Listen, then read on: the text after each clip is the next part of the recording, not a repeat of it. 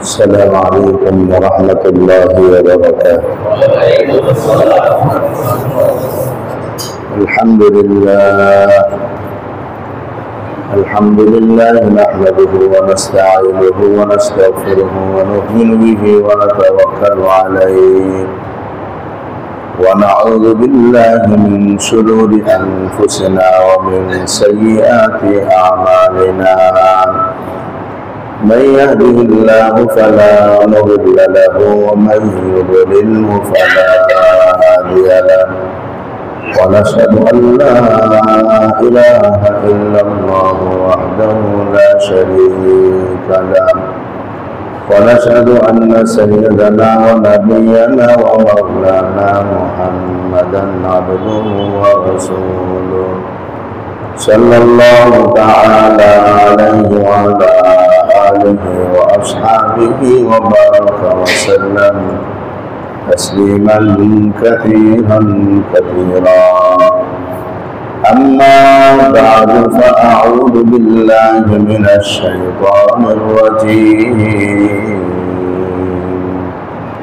بسم الله الرحمن الرحيم. أم حسبتم أن تتركوا ولما يعلم الله الذين جاهدوا منكم ولم يتخذوا من دون الله ولا رسوله ولا المؤمنين وليجا والله خبير والله بما تعملون خبير. آمنت بالله صدق الله مولانا العظيم وصدق رسوله النبي الأمي الكريم، ونحن على ذلك لمن الشاهدين والشاكرين، والحمد لله رب العالمين. سبحانك لا علم لنا إلا ما علمتنا إنك أنت العليم الحكيم. اللهم صل على محمد وعلى آل محمد كما صليت على إبراهيم وعلى آل إبراهيم إنك حميد مجيد. اللهم بارك على محمد وعلى آل محمد كما باركت على إبراهيم وعلى آل إبراهيم إنك حميد مجيد. محترم ইমানি দিনী ভাইরা, আল্লাহ রাব্বুল আলামিনের দরবারে অসংখ্য অগণিত শুকর, যিনি আমাদেরকে নিরাপত্তার সাথে আল্লাহর ঘরে নামাজ পড়তে আসার তৌফিক দান করেছেন। শুকর আদায় করি আলহামদুলিল্লাহ। ইমানি দিনী ভাইরা, আমরা আলোচনা করতেছিলাম শেষ জামানা মুসলমানদের উপর যে সকল ফিতনা ফাসাদ এবং বিপর্যয় সৃষ্টি হবে সেই বিষয়গুলো সম্পর্কে আমাদের অবগত হওয়া দরকার, জানা দরকার। নতুবা আকস্মিক যখন আমার আপনার সামনে কিয়ামতের সেই নির্দিষ্ট আলামত সমূহ প্রকাশ পাবে, আমি আপনি কিং কর্তব্য বিমূঢ় হয়ে যাব, হতভম্ব হয়ে যাব। এই জন্য যদি পূর্ব থেকে বিষয়গুলো আমাদের জানা থাকে তাহলে আমাদের মেনে নিতেও সহজ হবে এবং যে কোনো সংকটে পরিত্রাণের পথটাও সহজ হবে। তো শুরুতে কোরআনুল কারীমের একখানা আয়াত আজকে তেলাওয়াত করেছি, সূরা তাওবার 16 নম্বর আয়াত। এই আয়াতের সাথে বিষয়বস্তুর সম্পৃক্ততা রয়েছে। আল্লাহ তাআলা ইরশাদ করেন, আম হাসিবতুম আন তুতরাকু, তোমরা কি মনে করেছো তোমাদেরকে এমনিতেই ছেড়ে দেওয়া হবে? ওয়ালাম্মা ইয়ালামিল্লাহু আল্লাযীনা জাহাদু মিনকুম, অথচ আল্লাহ তাআলা এখনো জেনে নেননি তোমাদের মধ্যে কারা জিহাদ করে, কারা পরিশ্রম করে, কারা আল্লাহর দ্বীনের জন্য মেহনত করে। ওয়ালাম ইয়াত্তাখিযু মিন দুনিল্লাহি ওয়ালা রাসূলিহি ওয়ালাল মুমিনিনা ওয়ালিজা, এবং তারা আল্লাহ, আল্লাহ রসুল এবং মুমিনদের ছাড়া অন্য কাউকে বন্ধুরূপে গ্রহণ করে না। এই বিষয়টা আল্লাহ জেনে নেবেন। আল্লাহু বিমা তা'মালুনা খাবীর, নিশ্চয় আল্লাহ তাআলা সকল বিষয়ে খবর রাখেন এবং জানেন। এখানে আল্লাহ পাক রব্বুল আলামিন যে বিষয়টা বলেন সেটা হলো যে আল্লাহ তাআলা আমাদের থেকে এটা জেনে নেবেন পরীক্ষা করে। বাস্তব আল্লাহর তো এলেমে আছে আমাদের বিষয়টা, আমরা কেমন জীবন যাপন করব, কার জীবনের কি উত্থান পতন হবে, সব আল্লাহ পাকের এলেমের মধ্যে আগের থেকেই জানা আছে। তারপরেও যেন আমরা অস্বীকার না করতে পারি, সেজন্য আমাদের থেকে আল্লাহ এটা বাস্তবতা দেখে নেবেন, সাথে আমরাও দেখে নেব যে হ্যাঁ আমি এটা করেছি, আল্লাহও দেখে নেবেন যে হ্যাঁ তুমি এটা করেছো। এই জন্য কি দেখে নেবেন? দেখে নেবেন কে আল্লাহর পথে জিহাদকারী, কে আল্লাহর দ্বীনের জন্য শ্রম পরিশ্রম মেহনত মুজাহাদা করেছে, আর আল্লাহ, আল্লাহর রাসূল এবং মুমিনদের ছাড়া অন্য কাউকে অন্তরঙ্গ বন্ধু বানায় নাই, সেটা আল্লাহ দেখবেন।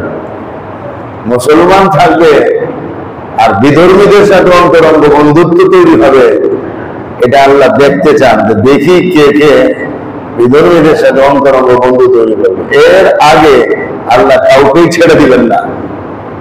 ছেড়ে দেওয়ার অর্থ হইল তোমরা কি মনে করেছো যে কিছুই বলা হবে না, সোজা জান্নাতে চলে যাবা, এমনটা না। যাচাই বাছাই করা হবে, পরীক্ষা করা হবে, দেখা হবে কে আল্লাহর জন্য জিহাদ করে আর কে কাফের বেঈমানকে যে বন্ধুরূপে গ্রহণ করে, এটা পরিষ্কার করা হবে দুনিয়ার মধ্যে। অন্য আয়াতের মধ্যে বলছেন আম হাসিবতুম আন তাদখুলুল জান্নাহ ওয়ালাম্মা ইয়াতিকুম মাসালুল লাযীনা খালাউ মিন ক্বাবলিকুম মাসাতহুমুল বাসা ওয়াদ-দাররা ওয়া যুলজিলু হাত্তা ইয়াকুলা আর-রাসূলু ওয়াল্লাযীনা আমানু মা'আহু মাতা নাসরুল্লাহ আলা ইন্না নাসরুল্লাহি কারীব। আর আয়াতের মধ্যে বলছেন তোমরা কি মনে করেছো আন তাদখুলুল জান্নাহ, সোজা জান্নাতে চলে যাবে, এমনি কি জান্নাতে প্রবেশ করবে? অথচ তোমাদের উপর এমন অবস্থা এখনো আসেনি যেমন অবস্থা তোমাদের পূর্ববর্তীদের উপরে এসেছিল। তোমাদের পূর্ববর্তীদেরকে স্পর্শ করেছিল বাসা, বিপদ, যুদ্ধ, অদ্দর্র, কষ্ট, ওয়াজুলজিলু, এবং এমন ভীতির দ্বারা প্রকম্পিত হওয়া, ভয়ে শরীর কাঁপতেছিল।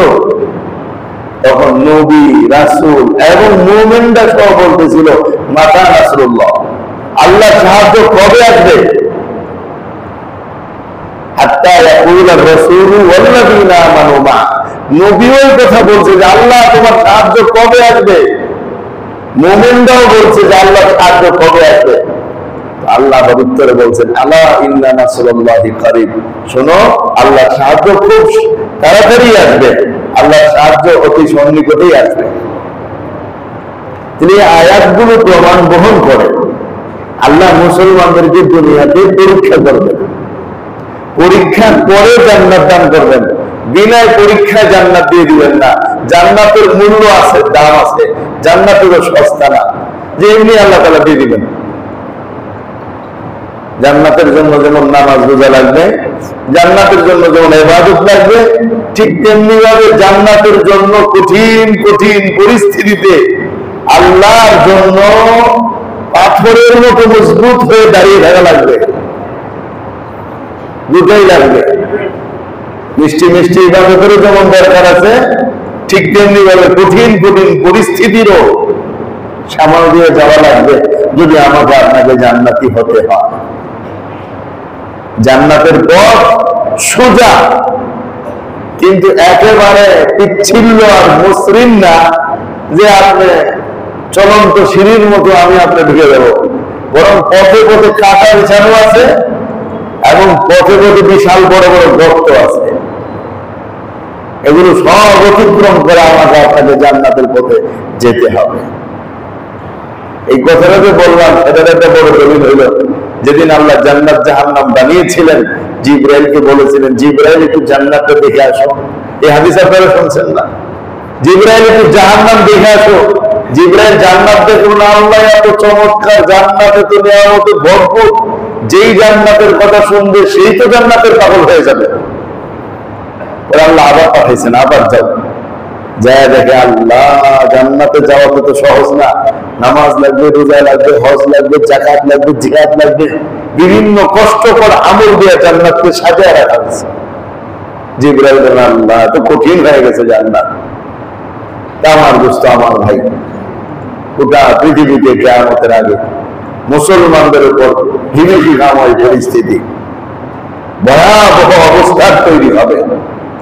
আর এটা আমরা কিছুটা অনুভব করতেছি। একের পরে মুসলিম দেশগুলোর উপরে বিধর্মীদের সাথে যুদ্ধ বিগ্রহ বেঁধে যাওয়া এবং পারস্পরিক সম্পর্ক নষ্ট হয়ে যাওয়া, এটা তার একটা পূর্বাভাস, তার একটা আলামত। প্রায় 2 বছর হয়ে যাচ্ছে গাজার সাথে, ফিলিস্তিনের সাথে ইহুদিদের যুদ্ধ। আমাদের মুসলমান অর্থনৈতিকভাবে দুর্বল হতে পারে, অস্ত্রে শস্ত্রে দুর্বল হতে পারে, কিন্তু ইমানি বলে আলহামদুলিল্লাহ বলিয়ান দুর্বল না।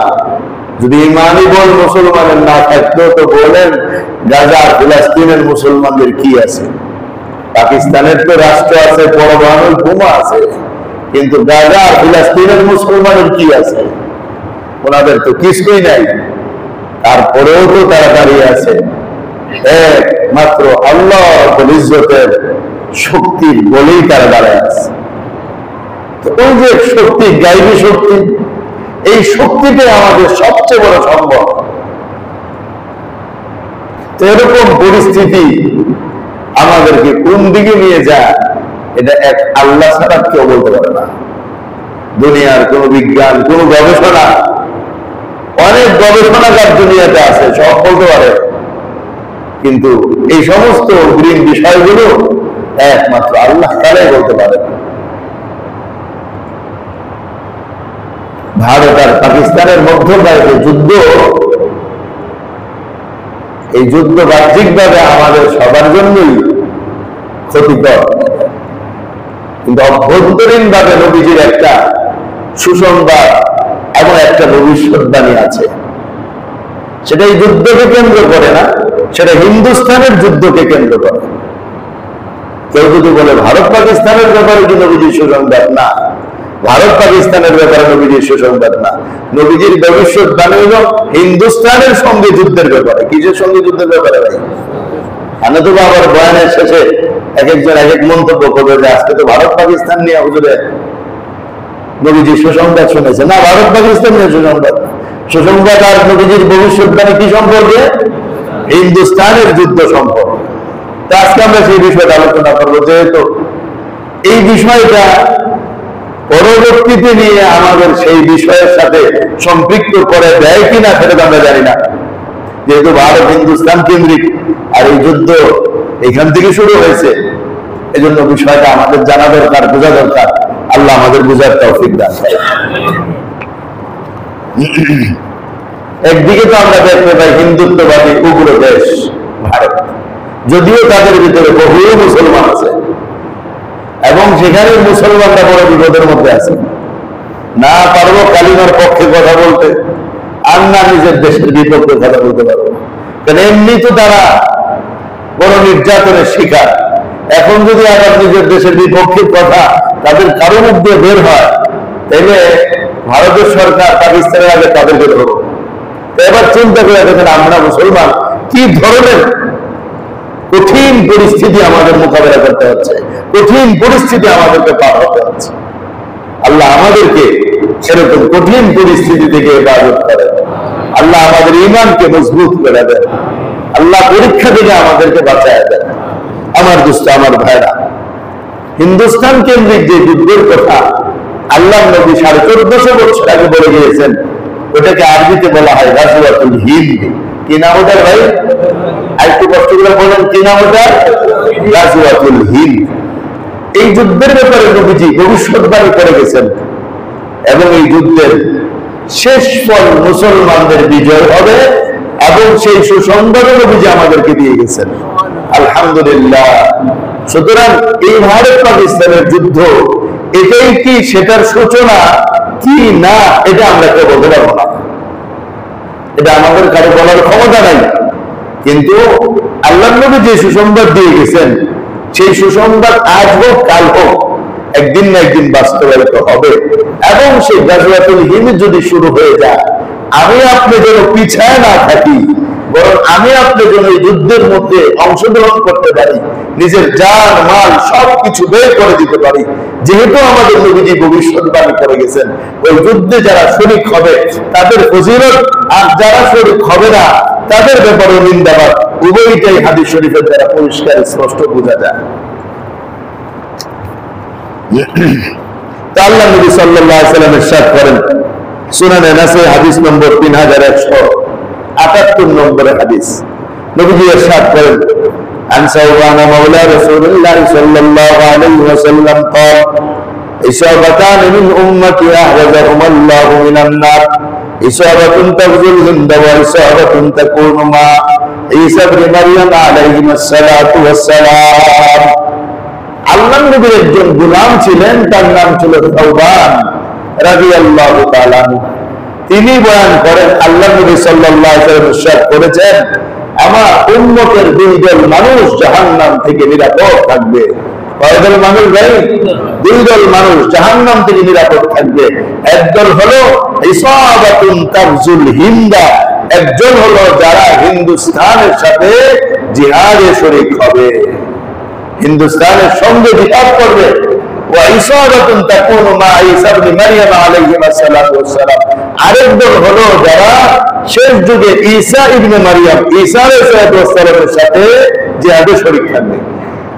এই দুই দল আল্লাহ নবী বলছেন এই দুই দল জাহান্নাম থেকে মুক্ত। এই হলো গাজওয়াতুল হিন্দ বা হিন্দুস্তানের যে যুদ্ধ আমাদের নবীজি ভবিষ্যৎবাণী করে গেছেন, ওই যুদ্ধের ফজিলত বর্ণনা করা হলো, যারাই এই যুদ্ধে শরীক হবে তারা জাহান্নাম থেকে মুক্ত থাকবে ইনশাআল্লাহ। কি আমরা জাহান্নাম থেকে মুক্তি চাই কিনা ভাই? দুই নম্বর আরেকটি হাদিস আল্লাহ নবী সাল্লাল্লাহু আলাইহি ওয়াসাল্লামের, عن أبي هريرة رضي الله تعالى عنه قال وعدنا رسول الله صلى الله عليه وسلم غزوة الهند فإن أدركتها أنفق فيها نفسي ومالي فإن أقتل كنت من أفضل الشهداء وإن أرجع فأنا أبو هريرة المحرر। হযরত আবু হুরায়রা রাদিয়াল্লাহু তাআলা বলেন, এই হাদিসও সূরা নাসাই 3176 নম্বরে বর্ণিত হয়েছে। এটা 76 আর এটা হলো 78। তো হুজুর আকরাম সাল্লাল্লাহু আলাইহি ওয়াসাল্লাম ইরশাদ করেন, আবু হুরায়রা রাদিয়াল্লাহু বলতেছেন, আমাদেরকে আমাদের নবীজি ওয়াদা দিয়েছেন, প্রতিশ্রুতি নিয়েছেন আমাদের থেকে। কিসের প্রতিশ্রুতি? যেন আমরা গাজওয়াতুল হিন্দে শরীক হই। 1450 বছর আগে সাহাবাদের থেকে প্রতিশ্রুতি দিয়েছেন গাজওয়াতুল হিন্দে শরীক হতে হবে। এখন হযরত আবু হুরায়রা রাদিয়াল্লাহু তাআলা বলেন, যদি আমি গাজওয়াতুল হিন্দ পেয়ে যাই তাহলে উনফিকু ফিহা নাফসি ওয়া মালি, আমার সব সম্পদ ব্যয় করে দেব, আমার জীবনটাও ব্যয় করে দেব। এর মানে আমি শহীদ হয়ে যাব যুদ্ধ করতে করতে। এরপরে হযরত আবু হুরায়রা বলেন, ফাইন উক্তাল কুনতু আফজালুশ শুহাদা, যদি আমি ওই যুদ্ধে শহীদ হয়ে যাই তাহলে আমি হব পৃথিবীর শ্রেষ্ঠ শহীদদের একজন, শ্রেষ্ঠ শহীদদের একজন হব। এরপরে বলেন, ওয়াইন আরজি ফাআনা আবু হুরায়রা আল মুহাররার, আর যদি আমি যুদ্ধ থেকে ফিরে আসি, বিজয় লাভ করি, গাজী হয়ে ফিরে আসি, তাইলে আমি আবু হুরায়রা জাহান্নাম থেকে মুক্ত। কত বড় গ্যারান্টি যুক্ত কথা! যে হাদিস হযরত আবু হুরায়রা রাদিয়াল্লাহু তাআলা একদিন নবীজির সামনে বলতেছিলেন। যখন নবীজি হাদিস শুনাইলেন তখন আবু হুরায়রা বলতেছিলেন, আমি যদি ওই যুদ্ধ পাওয়া যাই তাইলে আমি আমার জান মাল নতুন পুরাতন সব সম্পদ বিক্রি করে ওই যুদ্ধের জন্য খরচ করব। এরপর যুদ্ধ করে যদি শহীদ হয়ে যায় তো শ্রেষ্ঠ শহীদ, আর যদি বেঁচে থাকি তাইলে আমি আবু হুরায়রা জাহান্নাম থেকে মুক্ত হব। এবং আল্লাহ নবীর আরেকটা ভবিষ্যৎবাণী যেটা সামনে আমি পড়বো, সে ভবিষ্যৎবাণীর মধ্যে আছে, তারা ওইখান থেকে গিয়া ঈসা আলাইহিস সালামের সাথে সাক্ষাৎ করবে। প্রভু আবু হুরায়রা বলতেছেন, আমি ঈসা নবীর সাথে সাক্ষাৎ করে বলবো, আমি শেষ নবীর সাহাবী, আমাদের নবী যুদ্ধে সুসংবাদ দিয়েছিল, আমি যুদ্ধ করছি, এখন আপনার সাথে সাক্ষাৎ করতে আসছি। এটা শুনে নবীজি মুচকি মুচকি হাসেন আর বলেন, হাই হাতা হাই হাতা, আবু হুরায়রা, ওই যুদ্ধ তো বহুদূর, ওই যুদ্ধ বহুদূর।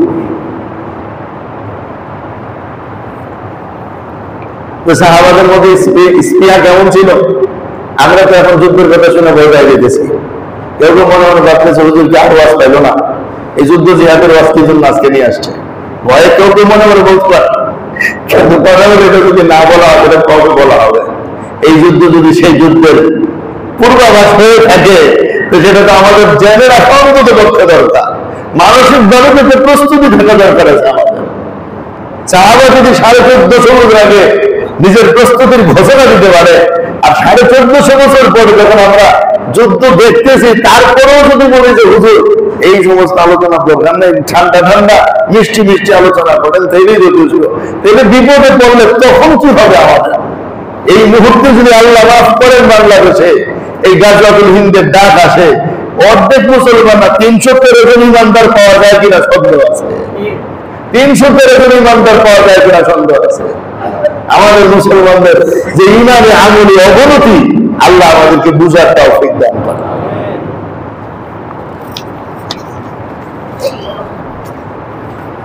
আরেকটি হাদিস যেটার মধ্যে নবী সুসংবাদ দান করেছেন, قال رسول الله صلى الله عليه وسلم يغزو قوم من امتي الهند। আল্লাহ নবী সাল্লাল্লাহু আলাইহি ওয়াসাল্লাম ইরশাদ করেন, আমার সম্প্রদায়ের, আমার উম্মতের একটি দল হিন্দুস্তানের সঙ্গে যুদ্ধ করবে, হাত্তা ইয়াফতাহুল্লাহু আলাইহিম, অবশেষে আল্লাহ তাদেরকে বিজয় দান করবেন। বিজয় কাদের হবে? আমাদের হবে। বলেন বিজয় কাদের হবে? আমাদের হবে ইনশাআল্লাহ। শুধু বিজয়টা কেমন বিজয় দেখেন, বিজয়টা কেমন বিজয়, একটা নর্মাল বিজয়, পলায় গেছে আমরা সব বিজয় হয়ে গেছি, এরকম বিজয় না। একজনও যেতে পারবে না সেদিন।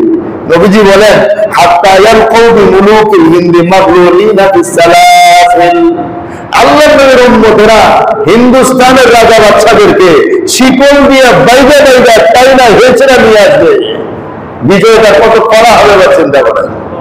মানুষ তো পালায় গেলেও বিজয় হয়, কিন্তু ওই যে পালায় যাওয়ার বিজয় হবে না। যুদ্ধ করে করে হিন্দুস্তানের রাজা বাদশাদেরকে শিকল দিয়ে বাইরে টাইনা হেঁচড়া নিয়ে আসবে মুসলমান সন্তানেরা।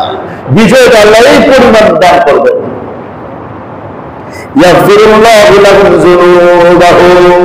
আল্লাহ নবী বলেন, ওই সমস্ত মুজাহিদিনদের সমস্ত গুনাহ আল্লাহ মাফ করে দিবেন। فينصرفون إلى الشام فيجدون عيسى ابن مريم بالشام। তারা ওইখান থেকে যুদ্ধ শেষ করে সিরিয়ার দিকে প্রত্যাবর্তন করবে, সেইখানে গিয়া হযরত ঈসা আলাইহিস সালামের সাথে সাক্ষাৎ করবে। এটা শুনে আবু হুরায়রা বলছিলেন, তাহলে আমি যে বলবো আমি শেষ নবীর উম্মত, সাক্ষাৎ করতে আসছি। আবু হুরায়রা অনেক দূর, অনেক দূর। তা আমার দোস্ত, এই হাদিসগুলোর অর্থ একেবারেই স্পষ্ট, মর্ম অর্থ একেবারে স্পষ্ট, কোন অস্পষ্টতা নাই। এই হাদিসগুলোর মধ্যে যেমন ভাবে নবীজি ভবিষ্যৎবাণী করেছেন, অদূর ভবিষ্যতে গাজওয়াতুল হিন্দ নামে একটা যুদ্ধ হবে, ঠিক সেই সাথে আমাদেরকে আশার বার্তা দিয়ে দিয়েছেন, টেনশনের দরকার নাই, বিজয় তোমাদেরই হবে। এই জন্য এই সম্পর্কে কয়েকটি জরুরি কথা। এক, আমাদের ভয়ের কোনো প্রয়োজন নাই যে যুদ্ধ জিহাদ, এই যুদ্ধ তো বড় কঠিন জিনিস, এর একটা মন মানসিকতা আসতেই পারে, কারণ আমরা এটা দেখে অভ্যস্ত না।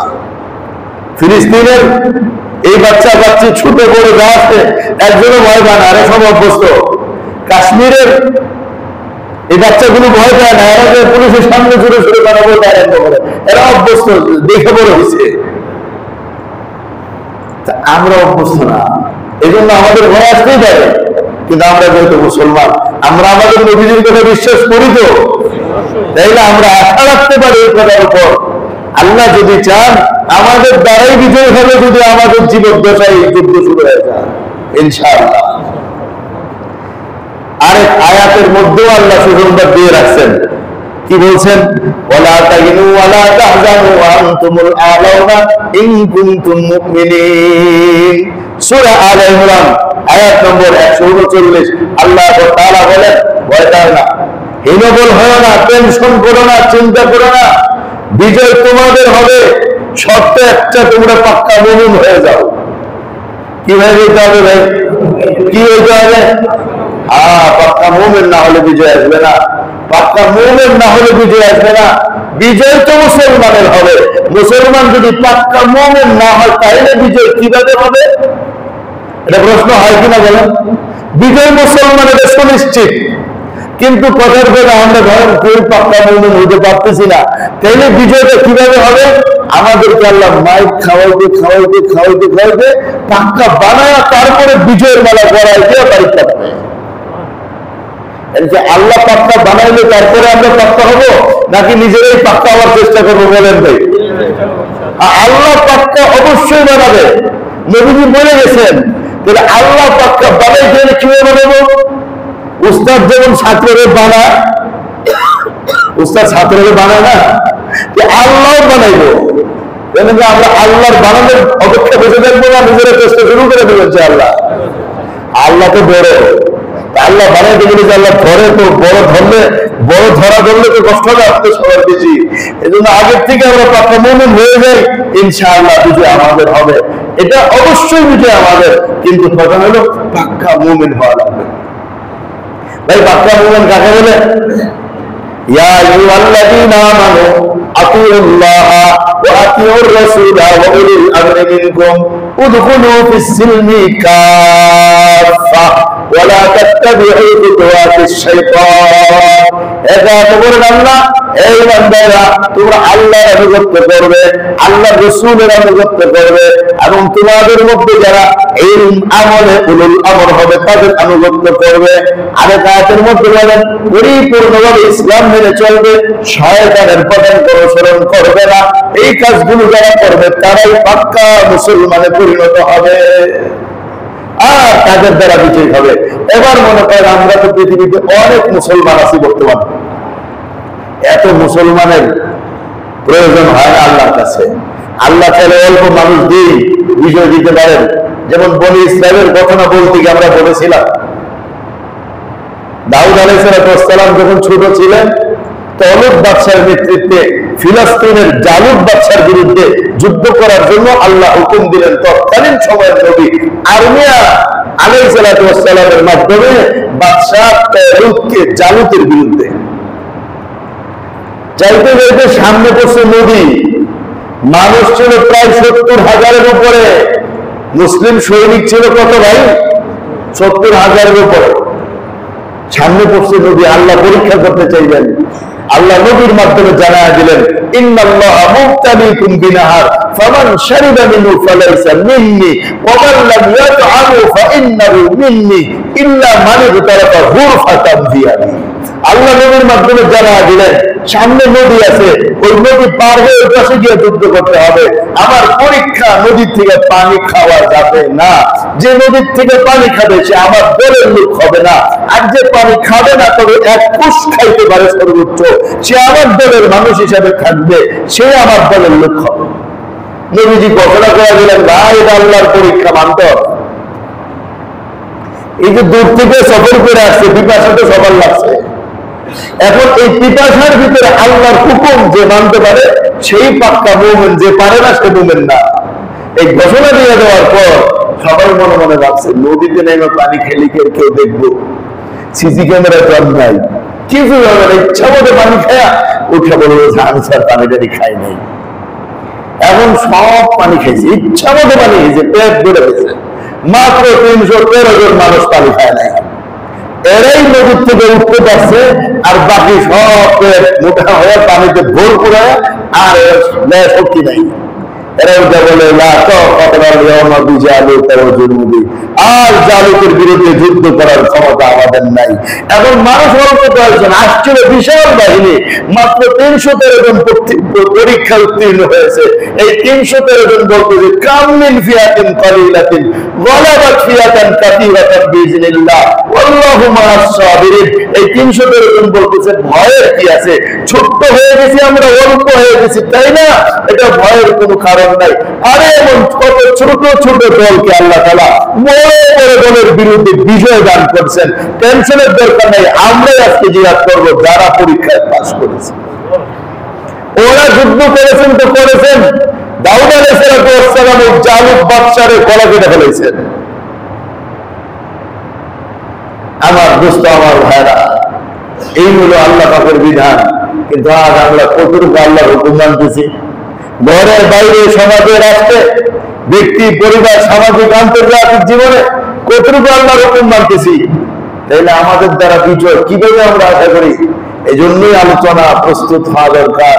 নাহলে আল্লাহ কিন্তু প্রস্তুত করার জন্য চেষ্টা করে, প্রস্তুত করে তারপরে বিজয় দিবেন। আল্লাহ প্রস্তুত করতে গেলে অনেক মার বেশি খাওয়া লাগবে। নিজে নিজে প্রস্তুত হয়ে গেলে মারির থেকে বাঁচা যাবে। আল্লাহ আমাদেরকে নিজে নিজে প্রস্তুত হওয়ার তৌফিক দান করেন। 2 নম্বর বিষয়, আমাদের হযরত আবু হুরায়রা রাদিয়াল্লাহু তাআলার মতো দৃঢ় সংকল্প করতে হবে। ভয় পেলে হবে না। আবু হুরায়রার মতো বলতে হবে, আমার জীবন দেশে যদি সেই যুদ্ধ আমি পেয়ে যাই, আমার জান মাল সব কিছু ব্যয় করে দেব ইনশাআল্লাহ। করবো তো ইনশাআল্লাহ।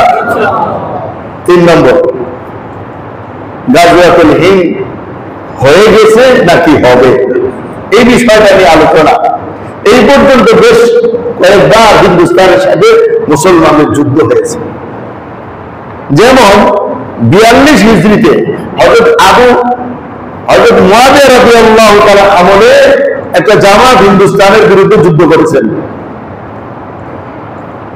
42 হিজরি 712 খ্রিস্টাব্দে মুহাম্মদ বিন কাসিমের নেতৃত্বে ভারতবর্ষের সিন্ধু বিজয় হয়। এটাও তো হিন্দুস্তানের বিপক্ষে যুদ্ধ।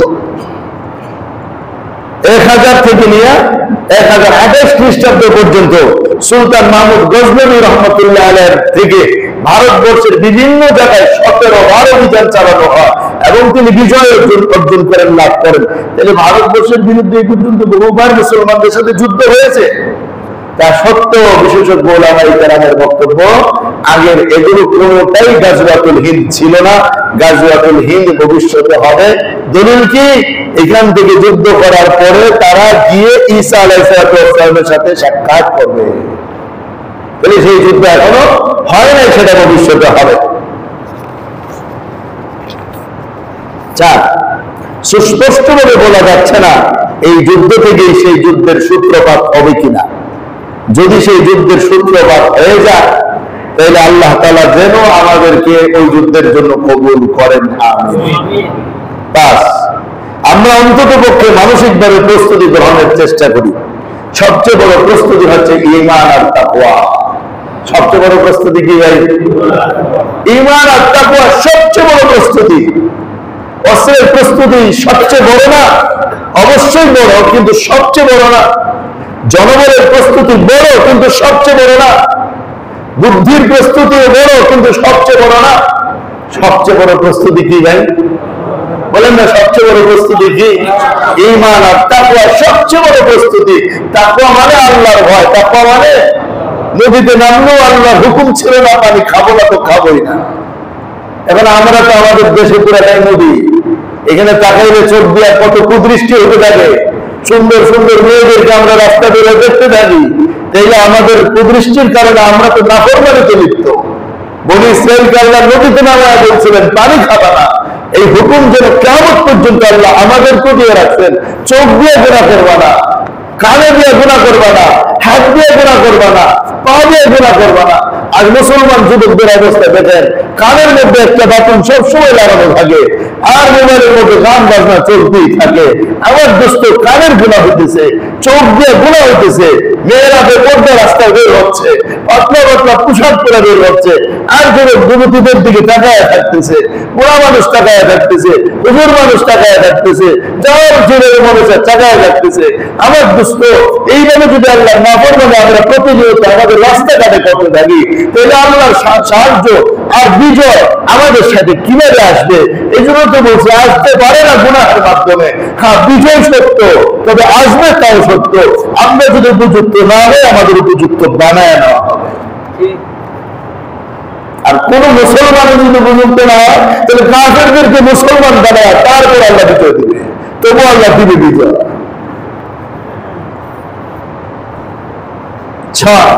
বেশি বেশি ইস্তেগফার এবং ক্ষমা প্রার্থনা করা দরকার। এক হাদিসের মধ্যে নবী বলেছেন, যুদ্ধের আশা করো না, যুদ্ধের কামনা করো না, যে যুদ্ধ পাবে এই আশা আমাদেরও নাই। ভারত পাকিস্তান যুদ্ধ লেগে যাক এই আশা আমরাও করি না, অন্য কোনো দেশ পরস্পরে যুদ্ধ লাগে এই আশা আমরা করি না।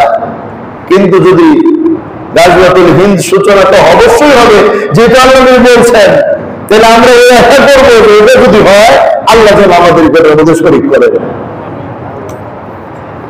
আর ইস্তেগফারের কথা কেন? ইস্তেগফার অনেক পাওয়ারফুল একটা জিনিস। এটা বোমের কি পাওয়ার আর পরমাণবিক বোমের কি পাওয়ার, এর চেয়ে কোটি কোটি গুণ বেশি পাওয়ার হলো আস্তাগফিরুল্লাহ। কিসের পাওয়ার ভাই? কিসের পাওয়ার বলেন?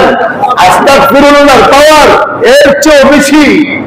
যে সুসংবাদ কোরআনুল কারীমে আল্লাহ আমাদেরকে দিতেছেন, সূরা হুদ আয়াত নম্বর 52, আল্লাহ তাআলা বলেন, ওয়া কওমি ইস্তাগফিরু রাব্বাকুম সুম্মা তুবু ইলাইহি ইউরসিলিস সামা আলাইকুম মিদরারা ওয়া ইয়াজিদুকুম কুওয়াতান ইলা কুওয়াতিকুম।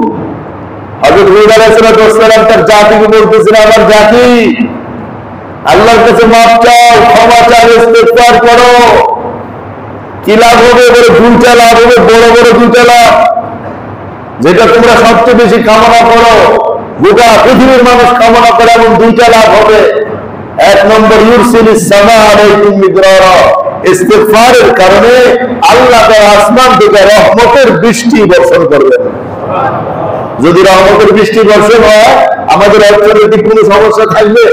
প্রতিটা জায়গায় সুজলা সুফলা হয়ে যাবে, ফুলে ফলে দেশটা ভরে যাবে, খাবার আর অর্থনৈতিক সমৃদ্ধির মাধ্যমে সব ধনী আর কোটিপতিতে পরিণত হবে। এটা তো নির্ভর করে আসমানের বৃষ্টির উপর। গত বছর বৃষ্টি হয় নাই, আমাদের নামাজ পড়া লাগছিল কিনা বলেন? এই মাঠে ওই মাঠে কত মাঠে নামাজ হয়েছে। আর এই বছর আল্লাহ তাআলা শুরু থেকেই বৃষ্টি দিয়ে আমাদেরকে বৃষ্টির প্রয়োজন আল্লাহ পুরা করে দিতেছেন। এক নম্বর হলো বৃষ্টি দিবেন ইস্তেগফারের কারণে। দুই নম্বরে কি দিবেন? ওয়ায়াজিদুকুম কুওয়াতান ইলা কুওয়াতিকুম, তোমাদের শক্তির সাথে আল্লাহ গায়বী শক্তিকে যুক্ত করে দিবেন। শক্তির সাথে কি দিবেন? গায়বী শক্তি যুক্ত করে দিবেন।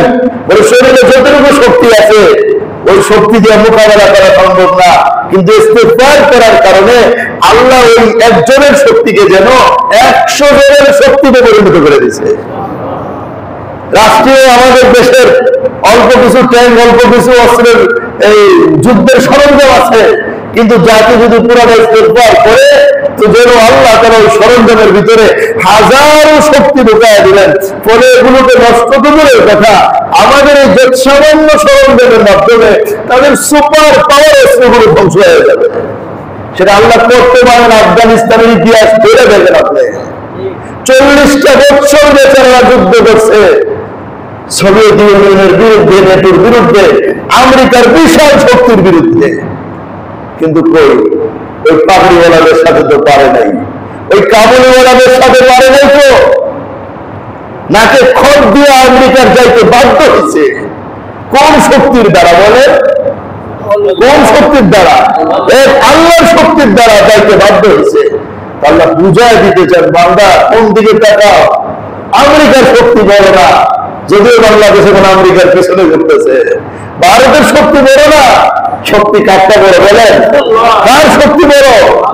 বিশ্বাস হয় দিনের ভিতরে? 7, যুদ্ধ জিহাদ দ্বীনি বিষয়। যুদ্ধ জিহাদ সহ সকল দ্বীনি বিষয় নিজেরা পরামর্শ করে সিদ্ধান্ত নেওয়া যাবে না। সিদ্ধান্ত নিতে হবে হক্কানি উলামায়ে কেরামের সিদ্ধান্তে সিদ্ধান্ত নিতে হবে। এখন যুদ্ধের দামামা বাড়ছে।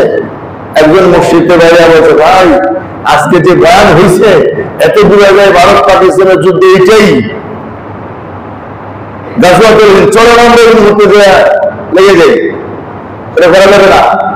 এটা যদি আলেমরা বলে, হক্কানি আলেমরা বলে, তারপরে আমাদের উঠতে হবে, এর আগে আমাদের উঠা যাবে না। এইটা যদি না মানি তাইলে যে কেউ বিভ্রান্তিতে নিপতিত হবে।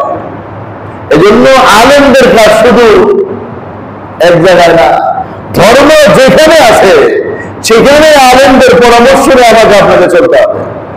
আর যদি এটা ভালো না লাগে তাহলে আপনি আলেম হয়ে যান, আমরা আপনার পরামর্শ অনুযায়ী চলবো। কি বলেন ভাই? যদি এটা ভালো না লাগে আলেমদের থেকে পরামর্শ নিয়ে চলতে, তাহলে আপনি আলেম হয়ে যান। আমরা মানব কিনা বলেন?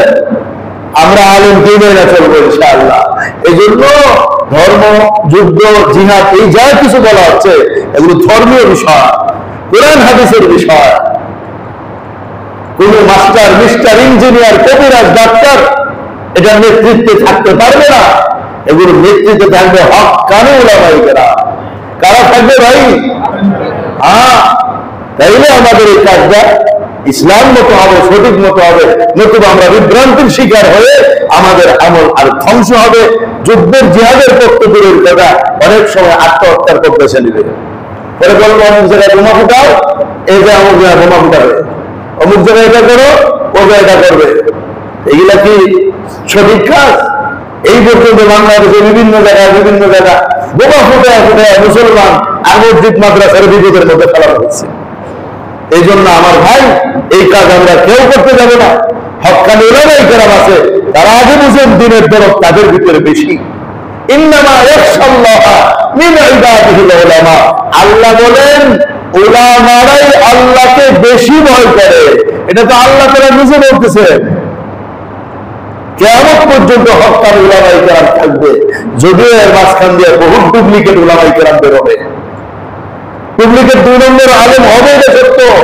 এরা উলামায়ে সু, পৃথিবীর সবচেয়ে নিকৃষ্ট মানুষ। ওই আলেম যারা হক্কানি আলেম হতে পারে না, বরং দুনিয়াদার আলেম হয়, তারা সবচেয়ে নিকৃষ্ট।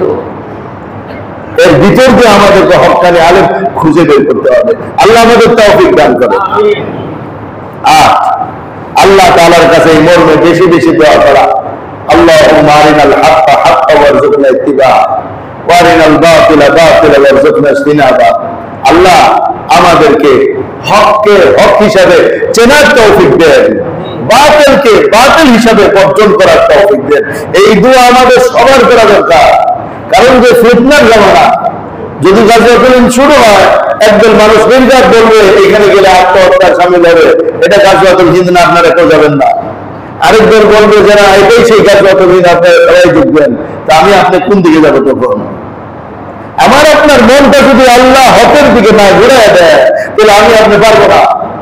এই জন্য আল্লাহর কাছে এই মর্মে দোয়া করা দরকার, আল্লাহ যেটা সত্য ওই সত্যকে সত্য হিসাবে চেনার তৌফিক দেন, যেটা মিথ্যা ওটাকে মিথ্যা হিসাবে বর্জন করার তৌফিক দেন। এই দোয়া করা যাবে ইনশাআল্লাহ? নয়। বর্তমানে অনেক রাজনৈতিক অরাজনৈতিক ব্যক্তিত্ব বলতেছে এই মুহূর্তে আমরা কোনো পক্ষ অবলম্বন করবো না। ভাই, পক্ষ অবলম্বন না করে নিরপেক্ষ থাকার কোনো সুযোগ নাই। অন্তত পক্ষে বাহ্যিকভাবে পক্ষ অবলম্বন না করলেও মনের থেকে মুসলমানদের জন্য দোয়া করা আমাদের দরকার আছে না নাই? সুতরাং আমরা এক পক্ষকে মুসলমান শক্তি, আরেক পক্ষকে কুফরি শক্তি দেখতেছি। তাইলে এখন মুসলমানদের পক্ষে দোয়া করা আমার আপনার ইমানি দায়িত্ব কিনা বলেন ভাই? এই যে ভারত হামলা করছে, কিসের উপরে হামলা করছে? কিসের উপরে হামলা করছে বলেন? মসজিদ গুলোকে বাছাই করে করে হামলা করা হয়েছে। এটা তো আসছে সংবাদের মধ্যে। তাহলে এখন আমাদের দোয়া করা তো দরকার আছে। নিরপেক্ষ থাকার কোনো সুযোগ নাই, পক্ষ একটা নিতেই হবে। নিরপেক্ষ থাকার অর্থ হল আপনি কুফরি শক্তির পক্ষে। এই জন্য আমাদেরকে পক্ষ নিতেই হবে। আর এই পক্ষ নেওয়াটা আজকে নতুন কোনো বিষয় না, এটা বহু পুরান কাল থেকে চলে আসছে। যখন মক্কা মুকাররমা নবীজি সাল্লাল্লাহু আলাইহি ওয়াসাল্লাম মানুষকে সবেমাত্র ইসলামের দাওয়াত দেন, মক্কায় জুলুম আর নির্যাতনের শিকার সবাই। ওই সময় রোম আর পারস্য যুদ্ধ হয়েছিল। রোম পারস্য মক্কা শরীফ থেকে অনেক দূরে। রোমের লোকেরা ছিল খ্রিস্টান, পারস্যের লোকেরা ছিল অগ্নি পুজো। এই দুই দেশে যুদ্ধ। ফেসবুক নাই, ইন্টারনেট নাই, কিছু নাই, কিন্তু সংবাদ মক্কা শরীফে চলে আসছে। এখন মক্কার কাফেররা নিয়েছে পারস্যের পক্ষে আর মুসলমানরা নিয়েছে রোমের পক্ষে। এরা যুদ্ধ করে নাই, কিন্তু নিজেরা পরস্পরের পক্ষ অবলম্বন করছে, একে অপরের সাথে কথাবার্তা বলছে। এবারে যুদ্ধে রোম বিজয়ী হবে। মক্কার কাফেররা বলছে এবারে যুদ্ধে পারস্য বিজয়ী হবে। হযরত আবু বকর সিদ্দিক রাদিয়াল্লাহু তাআলা এক কাফেরের সাথে বাজি লাগছেন। বাজি চিনেন তো সবাই। তখন এই ব্যাপারে ইসলামের কোনো বিধান আসে নাই, এজন্য বাজি লাগছেন। বলছেন রোম বিজয় হবে, খ্রিস্টানরা বিজয় হবে। ও বলছে পারস্য বিজয় হবে। ও যদি খ্রিস্টানরা বিজয় হয় তাহলে তোমার আমি 100 উট দিব, 100 উট। আল্লাহ কুরআন আয়াত নাযিল করছে, গুলিবাতুর রূম ফি আদনাল আরদি ওয়া মিন বাদি গালাবিহিম সায়াগলিবুন। অচিরেই রোম বিজয় হবে। এই কারণে উনি গিয়ে বলছেন 3 বছরের ভিতরে বিজয় হবে। বাজি লাগছেন, বাজি তো সে ধরছেন বাজি। ওদিকদার মক্কার থেকে সাহাবায়ে কেরাম হিজরত করে মদিনা শরীফ চলে গেছেন। মদিনা শরীফ যাওয়ার পর বিজয় হয়েছে। তো আল্লাহ নবী শিখিয়ে দিয়েছিলেন আবার যাওয়ার পর 3 বছর বলো না, বলো 3 থেকে 9 বছরের ভিতরে বিজয় হবে। তাই সে বলছিলেন 3 থেকে 9 বছর। তো আচ্ছা ঠিক আছে, জীবনে যদি বিজয় হয় তাইলেই চলবে। এখন মদিনা শরীফ যখন হিজরত করে চলে আসছেন, তারপরে ওই রোম বিজয় হয়েছে, খ্রিস্টানদের বিজয় হয়েছে। এখন মুসলমান আনন্দিত, খ্রিস্টানদের বিজয় হয়েছে। পক্ষ হয়েছে কি হয়েছে না ভাই? কেন? খ্রিস্টানরা কিতাবের আহলে কিতাব, মুসলমানও আহলে কিতাব। খ্রিস্টানদেরকে আল্লাহ তাওরাত দিয়েছে আর মুসলমান ইনজিল দিয়েছে, মুসলমানরা কোরআন দিয়েছে। যেহেতু দুজন কিতাবের অধিকারী, এই জন্য শুধু পক্ষ অবলম্বন করছে, নতুনত্ব পক্ষ অবলম্বনের কিছু নাই। এখন যখন বিজয় হয়েছে তো রাসূল পাক সাল্লাল্লাহু আলাইহি ওয়াসাল্লাম ও হযরত আবু বকর সিদ্দিক রাদিয়াল্লাহু তাআলা মক্কার ওই কাফেরের মারা গেছে, ওর ছেলেরা ছিল, ওদের কাছে বলছে তোমার বাবার কাছে আমি 100 উট পাই। আর ওই বেচারাও ছেলেদেরকে বলে গেছে যদি কোনো সময় রোম বিজয় হয়ে যায় তাহলে কিন্তু হযরত আবু বকর 100 উট দিয়ে দিবা, এটা আমার চুক্তি হয়েছে। 100 উট নিয়ে আল্লাহ নবীর কাছে আসছেন, ইয়া রাসূলুল্লাহ ওই যে বাজি দিয়েছিলাম ওই বাজির ওই 100টা। নবীজি বলেন আবু বকর এটা তো খাওয়া হারাম হয়ে গেছে, আল্লাহ তো নিষেধ করে দিয়েছেন, এগুলো খাওয়া যাবে না। বাজির মাল কি করে খায় না? খাওয়া যায় না। এখন এই সব সৎকার করে দেওয়া লাগছে। কিন্তু বিষয়টা এটাই ঘটনা জানার জন্য বলা হলো যে পক্ষ একটা হয়েই যাবে। ওদিকে মুসলমান মারি খেতে থাকবে, আমি এখানে নিরপেক্ষ থাকবো, আল্লাহর কাছে দোয়াও করবো না, এটা মুসলমানের কাজ হইতে পারে। এই জন্য আমরা মুসলমানদের জন্য দোয়া করবো, আল্লাহ মুসলমানদের বিজয় দান করেন। ভারতে মুসলমান আছে, আল্লাহ ওনাদেরকে নিরাপত্তা দান করেন। এই হিন্দুত্ববাদী সন্ত্রাসী শক্তি এটা 2 দিন পরে আমাদের দেশের মানুষদেরকে ধরে কি নির্যাতন গুলো চালায় বলো? কিভাবে আমাদের দেশের মানুষদেরকে নিয়ে এখানে সহায়তা করতে থাকে, আর তাদের দেশে মুসলমানদেরকে সর্বক্ষণ এই যে নির্যাতনের চিন্তা তারা ব্যস্ত থাকে। আল্লাহ তারা ওই কুফরি শক্তিকে ভেঙে টুকরা করে দেয়। আল্লাহ মুসলমানদের শক্তিকে আরো শক্তিশালী করে দেন। আর এর জন্য আমাদের বেশি বেশি কি করা লাগবে ভাই? কি করা লাগবে? বয়ান শুনে কি ভয় পেয়ে গেছেন আপনারা? বিজয় কাদের হবে ইনশাআল্লাহ?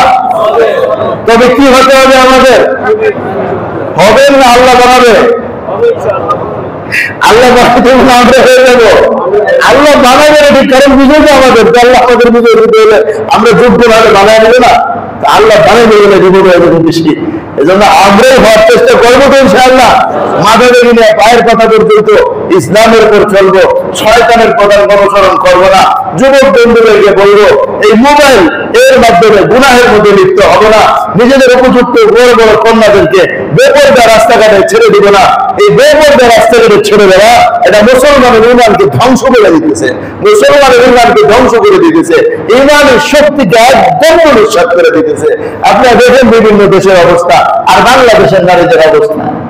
পত্রিকায় আসছে এরকম কথা যে ভারতের একজন শস্ত্র নিয়ে ব্যস্ত, পাকিস্তানের আরেকজন সে সামরিক বিষয় নিয়ে ব্যস্ত, আর আমাদের দেশের নারীরা শ্রমিক হওয়ার জন্য আন্দোলন করতেছে। আস্তাগফিরুল্লাহ ওয়া আতুবু ইলাইহি। আল্লাহ আমাদের বুঝার আমল করার তৌফিক দান করেন। ওয়া আখিরু দাওয়ানা আলহামদুলিল্লাহি রাব্বিল আলামিন।